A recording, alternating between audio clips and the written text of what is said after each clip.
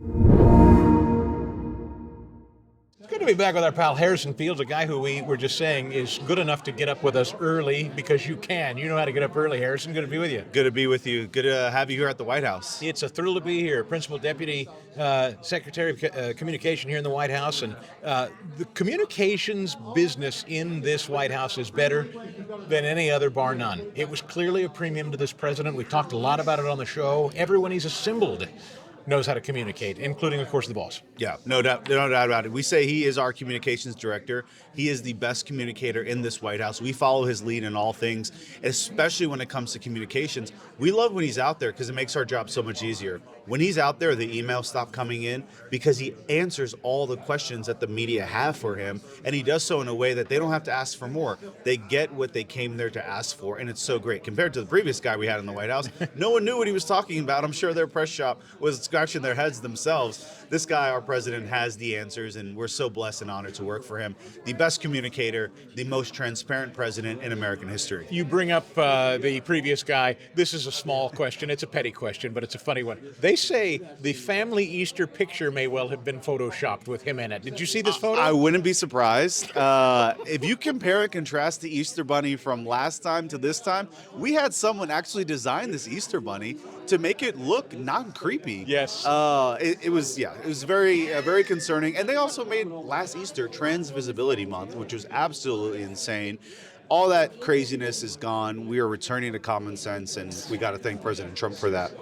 So here's a question, and it's just something I've noticed. Elon and the Doge movement was like a blitzkrieg. It felt almost weekly, if not daily. Yeah.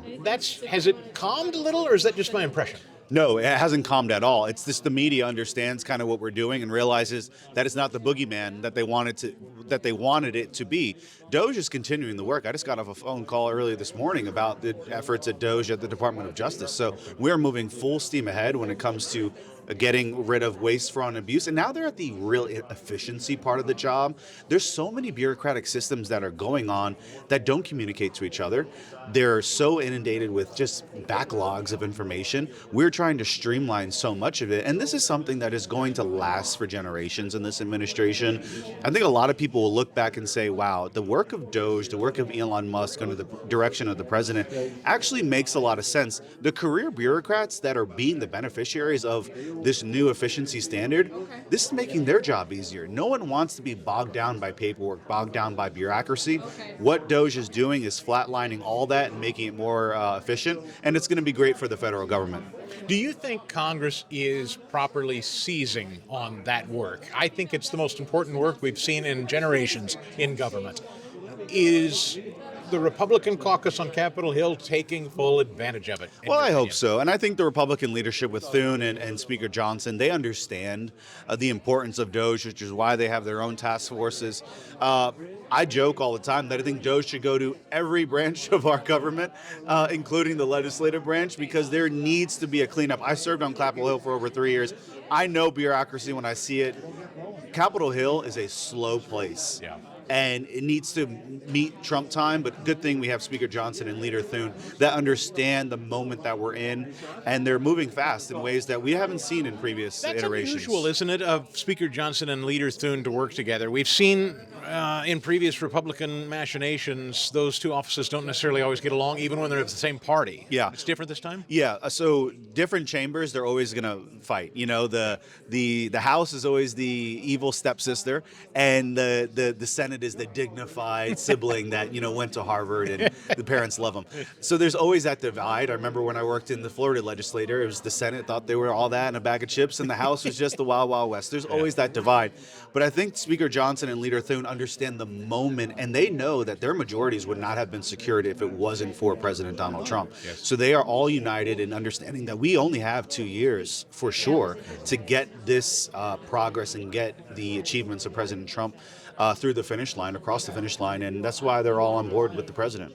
$1.5 trillion in cuts. That's what the House wants. Senate doesn't feel like they can get there right now. Do you feel like we can get there? We can get there because we got President Trump making sure that this negotiation and this deal goes past the finish line. He is directly involved in the negotiations.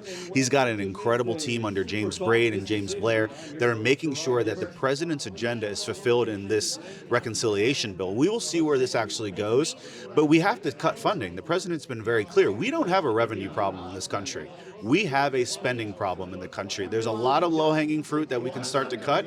There's a lot of inefficiency. There's a lot of waste. There's a lot of fraud. And we want to make sure we cut all that, and we think we can get over $1 trillion in savings. We'll see what the finished product looks like, but that's a commitment that the president has for the American people. We're going to speak with Kevin Hassett a little later, as I understand it, and one of the things I'm going to ask him, and I'd just love to ask you, from a communications standpoint, there are multiple principal people involved in how the president ultimately designs and that he's listening to anyway. Mm-hmm. The president drives it all, I know, but the multiple voices, do they ultimately all need to come away being on the same page, or they can not necessarily see eye to eye? I mean, how do they walk out of the room? Well, this is the beauty about President Trump. He always designs a team of rivals, if you will, people that have different perspectives, different ideas. And at the end of the day, the president is the final say. And I think the big difference between this administration and 45 was that you saw some of the people that were more committed to their own agenda and not the president's agenda. That's not the case this time around. It's something we really learned and honed in on. Every single person that the president has on his team, be it the trade team, the immigration team, regardless of what they may think, regardless of what they want to achieve, they understand that the president and the American people that gave the president that mandate are in control. They're in the driver's seat, and they'll never undermine the president, and they go forth with that agenda, which is refreshing to see. Other comparison to last administration is that they were running the show. The president wasn't running the show. President Donald Trump is in the driver's seat, and the rest of his administration is following along, and we're doing so in a seamless way. The markets do not seem to spook this administration. No. He's not reacting. I mean, media wants him to. Media, financial media, they're constantly just going nuts about the markets and the fluctuations and the gyrations. President Trump not moving. Not at all, because President Trump isn't answering to Wall Street. He's not answering to a lot of these wealthy people that have money in the stock market. He's answering to the American people. The American people voted in this economic agenda, and tariffs are just one part of it. We have deregulation. They have tax cuts. We're unleashing American energy. All of these things are helping the economy, will start to help the economy even more. But if you look at the jobs numbers look great. If you look at inflation, it actually went down. If you look at wholesale inflation, that is remaining low. So we're doing a lot of things. Wall Street should look at the numbers and say, wow, this is actually not that big of a deal. But Wall Street is going to ebb and it's going to flow. We've seen it before. When you look at COVID, people thought Wall Street was dead, and look at where we're at now. So I think the markets will recover. They always will.